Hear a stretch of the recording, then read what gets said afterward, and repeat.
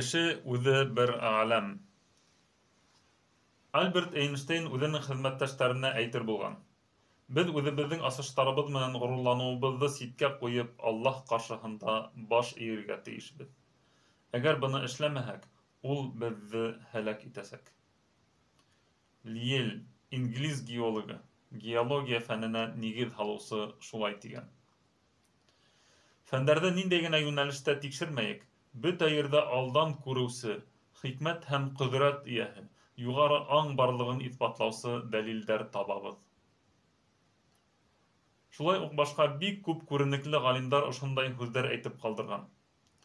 Һәм уларҙың хеҙмәттәренән алынған киләһе мәғлүмәт кешене үҙе менән таныштыра.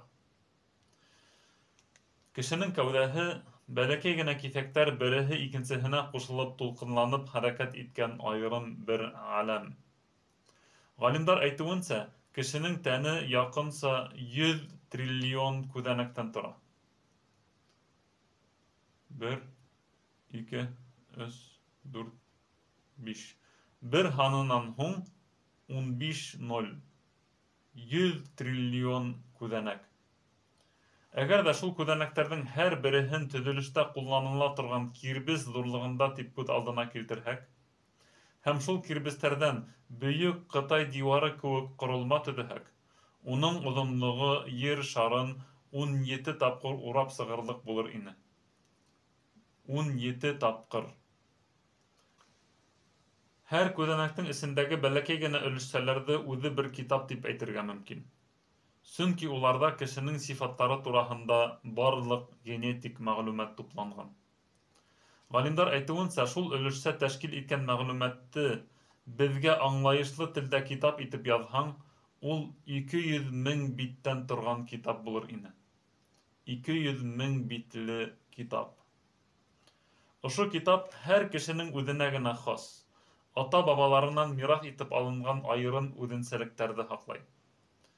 Һәр кешенең китабы бер генә нөсхә. Икенсе кешенең китабынан уртаса 3 миллион төрлө айырмаһы бар.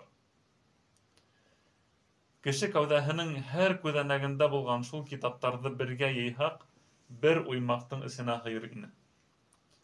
Аллаһы Субханаһу ва Тәғәлә үҙенең сикһеҙ ҡөҙрәте менән шул китапты бар иткән. Уның асылы 2 ҡат уралған тығыҙ ишелмә, спираль. Ғалимдар әйтеүенсә, әгәр бер ишелмәне еп итеп һуҙһаң, оҙонлоғо 2 метрға яҡын була. Ә һәр күҙәнәктең ишелмәләрен бергә ҡушһаҡ, килеп сыҡҡан еп Ер шары менән ҡояш араһын яҡынса 350 тапҡыр урар ине. Ер менән ҡояш араһын 350 тапҡыр урар ине. Был китапта бик күп нәмә сер булып ҡала. Бик күп серҙәренең асылына кешелек әле етмәгән. Етә алмаясаҡ та. Ул серҙәрҙе тик уларҙы бар итеүсе Әл-Латифул Хабир, Аллаһы Тәғәлә үҙе генә белә. 23 бүлектән торған мираҫ китабын ғилми телдә ДНК тигәндәр. Уны ябай тел менән китап тип атаныҡ. Аллаһ ҡасан теләй, нисек теләй, ниндәй сүрәттә теләй, күпме теләй. Ғөмүмән, мөмкин булған бөтөн мөмкинлектәрҙе шулай яратҡан, бар иткән. Уның һәр нәмәгә көс-ҡеүәте етә. Әҙәм балаларын да шулай яратҡан.